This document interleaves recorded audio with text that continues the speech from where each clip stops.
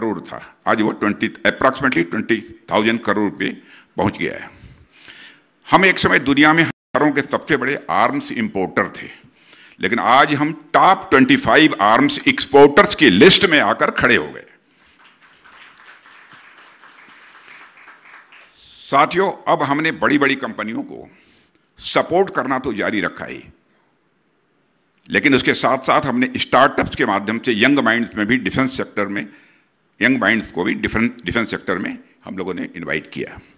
स्वाभाविक सी बात है कि जब कोई सरकार स्टार्टअप्स में इन्वेस्ट करने की सोचती है तो वह लॉन्ग टर्म गेन के बारे में सोचती है, क्योंकि यही कंपनीज आने वाले 20-25 सालों में अपनी इनोवेशन के दम पर हो सकता है कोई ऐसा काम कर दें जो वैश्विक पटल पर देश की एक पहचान ही बदल दे। इसलिए अभी हाल में ही डिफेंस एक्विजिशन काउंसिल की जो अभी मीटिंग हुई है, जिसमें डॉक्टर कामत हमारे डीआरडीओ के यहां पर चेयरमैन, DDNRD सेक्रेटरी भी बैठे हैं, वो भी मौजूद थे। डिफेंस एक्विजिशन काउंसिल की जो मेरी चेयरमैनशिप में मीटिंग हुई, उसमें भी हमने स्टार्टअप्स को प्रमोट करने के अनेक इफेक्टिव स्टेप्स उठाए हैं। और मैं जानता हूं कई हमारे सहयोगी ने कहा कि साहब ये कुछ जोखिम भरे कुछ ये कदम है।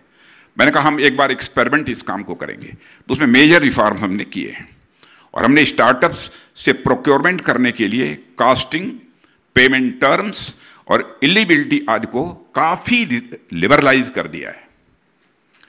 हां, इस बात को मैंने जरूर कहा है, जिस तरीके से इसको लिबरलाइज हम लोगों ने किया है, 1 साल के बाद फिर से हमको समीक्षा करनी चाहिए और करेंगे समीक्षा।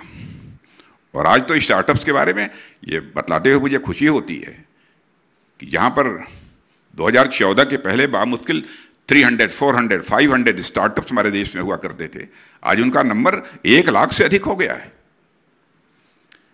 साथियों, वर्तमान समय में दुनिया जिन हालातों से गुजर रही है, आप सब भी आकलन करते हैं कि टेक्नोलॉजी हर मामले में एक बड़ा वैरियर बनकर उभरी है। टेक्नोलॉजी एक बड़ी योद्धा बनकर उभरी है। Artificial intelligence, quantum computing, smart weapons, cyber warfare, space warfare जैसी भविष्य की चीजों में वही देश आगे बढ़ सकते हैं जो अपने यहां टेक्नोलॉजी में मैक्सिमम इन्वेस्ट करेंगे। अब जाहिर सी बात है, जब आप नई चीजों में इन्वेस्ट करते हैं तो कई बार आपको सफलता मिलती है, तो कई बार आपको असफलता भी मिलती है।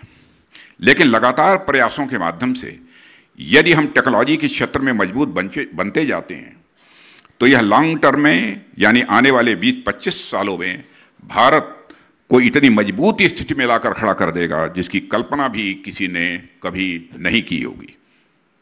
इसलिए हमने टेक्नोलॉजी पर भी विशेष ध्यान दिया है। इसके लिए हम डीआरडीओ के तत्वावधान में डिफेंस टेक्नोलॉजी डेवलपमेंट को प्रमोट करने के लिए टेक्नोलॉजी डेवलपमेंट फंड भी लेकर आए हैं, जिसे शॉर्ट टर्म में TDF कहते हैं। नेशनल रिसर्च फाउंडेशन की स्थापना के पीछे भी हमारा यही उद्देश्य है। हमने डिफेंस मैन्युफैक्चरिंग में भी स्टार्टअप्स के माध्यम से इनोवेशन को इनवाइट किया है। यहां मैं विशेष रूप से आईडेक्स का जिक्र करना चाहूंगा। साथियों, आईडेक्स डिफेंस सेक्टर में इनोवेशन को बढ़ावा देने के लिए डिफेंस मिनिस्ट्री का एक यह अनूठा कदम है, इनोवेटिव कदम है। आईडेक्स डिफेंस एंड एरोस्पेस में इनोवेशन तथा टेक्नोलॉजी डेवलपमेंट को बढ़ावा देने के लिए लाया गया है। और आईडेक्स की सफलता के बाद हम आईडेक्स प्राइम भी लेकर आए। आईडेक्स की सफलता के बाद हम आईडेक्स प्राइम भी लेकर आए, जिसके अंतर्गत डिफेंस सेक्टर में लगातार बढ़ते स्टार्टअप की मदद के लिए 1.5 करोड़ रुपए से लेकर 10 करोड़ रुपए तक की हम फाइनेंशियल असिस्टेंस प्रदान करेंगे। ये बहुत बड़ा जंप है। साथियों, सरकार ने डिफेंस कैपिटल एक्विजिशन करने के लिए डिफेंस बजट का 75%, फिर से मैं दोहराना चाहूंगा, साथियों, सरकार ने डिफेंस कैपिटल एक्विजिशन करने के लिए डिफेंस बजट का 75%, जो लगभग 1 लाख करोड़ रुपए सालाना है, स्थानीय कंपनियों से यानी डोमेस्टिक इंडस्ट्रीज के से खरीद करने के लिए आरक्षित कर दिया है, इसको रिजर्व कर दिया है। डोमेस्टिक इंडस्ट्री से ही खरीदा जाएगा और यह डोमेस्टिक कंपनीज को प्रमोट करने की दिशा में मैं समझता हूं कि एक मेजर स्टेप है। यह बहुत बड़ा यह प्रयास है। और इसके अतिरिक्त फाइनेंशियल ईयर 2023-24 में अब तक, या ध्यान से सुनिएगा, इसके अतिरिक्त फाइनेंशियल ईयर 2023-24 में अब तक 4,35,000 करोड़ रुपए से ज्यादा के कैपिटल एक्विजिशन को इन प्रिंसिपल अप्रूवल दिया जा चुका है। एक साल की बात मैं कर रहा हूं। 4,35,000, 4,35,000 का। और रक्षा औद्योगिक क्षेत्र में अभी तक के अचीवमेंट्स ने केवल एक नींव बनाई है, एक फाउंडेशन बनाई है और आने वाले 5 वर्षों में हमें अभी बहुत आगे बढ़ना है। यह बात मैं विश्वास के साथ कह सकता हूं। हमारा उद्देश्य है कि 2028-29 तक हमारा annual defence production 3 lakh crore रुपए को टच करे और साथ ही हमारा सालाना डिफेंस एक्सपोर्ट वो 50,000 करोड़ रुपए तक पहुंच जाए। यह टारगेट हम लोगों ने निर्धारित किया है। हमारा लक्ष्य यह भी है कि हम भारत में एरो इंजन्स और गैस टरबाइंस जैसे हाई एंड सिस्टम को आने वाले 5 वर्षों में भारत में ही हम बनाएं। यह लक्ष्य हमने निर्धारित किया है कि एरो इंजन्स और गैस टरबाइंस जैसे हाई एंड सिस्टम्स को आने वाले 5 वर्षों में हम भारत में ही बनाएं। और अब यह लक्ष्य कोई साधारण लक्ष्य तो है नहीं, और हो भी क्यों, जब इस देश के युवाओं की क्षमता और लगन असाधारण है, और यह मैं ही नहीं महसूस कर रहा हूं, अब दुनिया के विकसित देशों के, डेवलप्ड कंट्रीज के लोग भी इसे महसूस करते हैं। जब इस देश की सरकार की इंटेंशन एकदम साफ सुथरी है तो साधारण लक्ष्य निर्धारित करने का तो प्रश्न ही नहीं खड़ा होता है। आने वाले 5 वर्षों में हम असाधारण लक्ष्यों की ओर बढ़ने की रोमांचक यात्रा तय करेंगे। यह बात मैं विश्वास के साथ कह सकता हूं।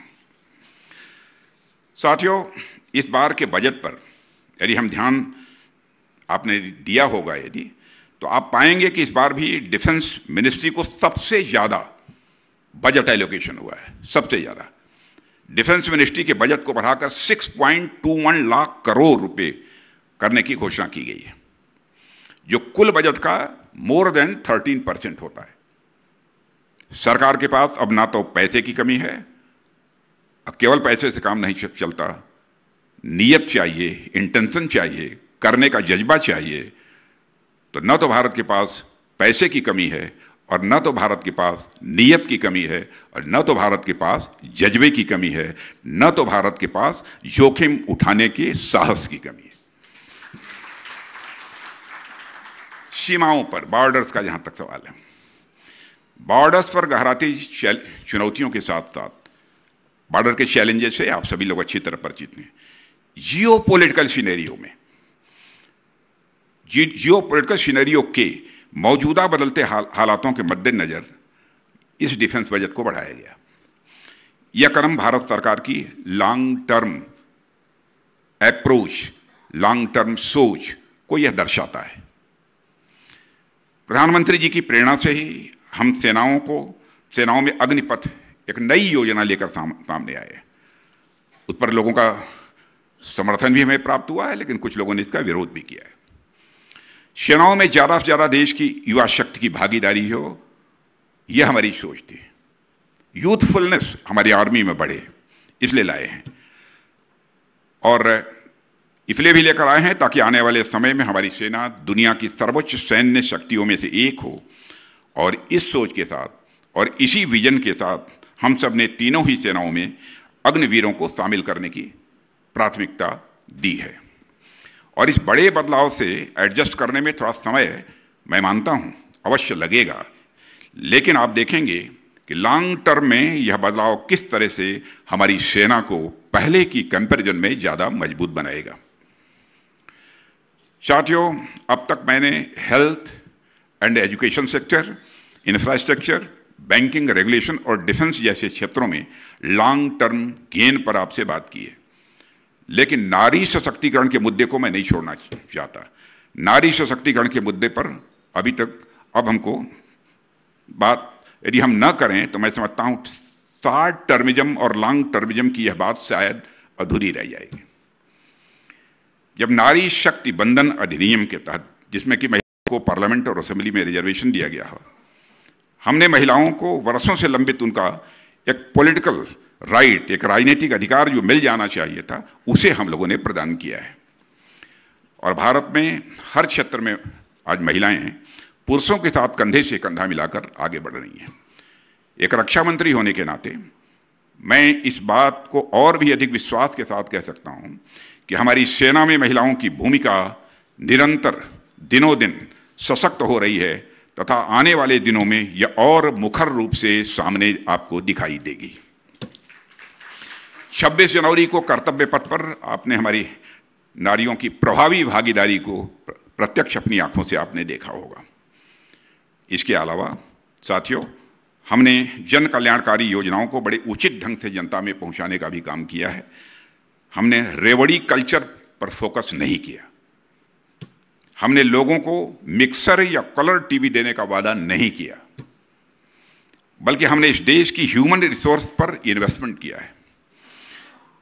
प्रधानमंत्री जी का यही विजन रहा कि हमें भारत की जनता को रेवड़ी कल्चर के नाम पर अकर्मण्य नहीं बनाना, बल्कि हमें अपने मेहनती और युवा यंग ह्यूमन रिसोर्स पर हमें मैक्सिमम जितना कर सकते हैं हमको इन्वेस्ट करना है, ताकि वह भविष्य में भारत के विकास की जिम्मेदारी उठा सकें। और जैसा कि प्रधानमंत्री जी ने कई बार अलग अलग मंचों से भी इस बात का जिक्र किया है कि हमें एक ऐसे भारत का निर्माण करना है जो आने वाले 1000 वर्षों तक भारत को ही नहीं सारी दुनिया को एक दिशा दे सके। इसलिए यह बात बड़े विश्वास के साथ मैं कहता हूं कि हमारी सरकार पिछले सिर्फ 5 वर्षों की सरकार नहीं है। हमारी सरकार सिर्फ 5 वर्षों की सरकार नहीं है, बल्कि हम 1000 वर्षों के दृष्टिकोण रखकर काम करने वाली सरकार हैं। साथियों, यह प्रधानमंत्री जी का ही लॉन्ग टर्म विजन है, यह उनका पॉलिटिकल करेज है। यह सब करने के लिए पॉलिटिकल करेज चाहिए कि उन्होंने पॉलिटिकल इकोनॉमी के कंस्ट्रेंट्स को ट्रांसेंड करते हुए एक ऐसी अर्थव्यवस्था निर्मित की है जो उनके तीसरे कार्यकाल में दुनिया की तीसरी सबसे बड़ी अर्थव्यवस्था बनकर उभरेगी।